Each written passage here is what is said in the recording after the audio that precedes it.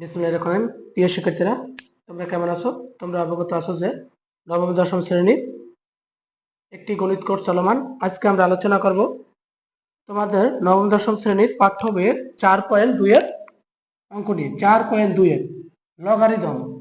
প্রথমে ক নম্বরে আসলো, ক নম্বরে আছে লগ লগ ভিত্তি আসলে 81।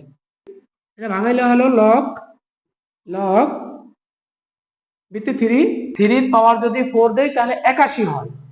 3 3 9, 3 9 27, 27 3 27 81। তাহলে আমার পাওয়ার যায় সবসময় মূল সংখ্যা হইয়া, অথবা মূল সংখ্যা যায় পাওয়ার হইয়া। পাওয়ার যায় কি হইয়া? মূল সংখ্যা হইয়া। এই যে কাছে পাওয়ার আছে 4, 4 আছে পাওয়ার, পাওয়ার কাছে মূল সংখ্যা হইয়া, পাওয়ার কাছে মূল সংখ্যা হইয়া। আসলে লগ 3 আর হলো মূল সংখ্যা 3। তাহলে আমার এই জায়গায় লগের ভিত্তি আছে কত? 3 আর মূল সংখ্যা আছে কত? 3। এটার মান হয় কত?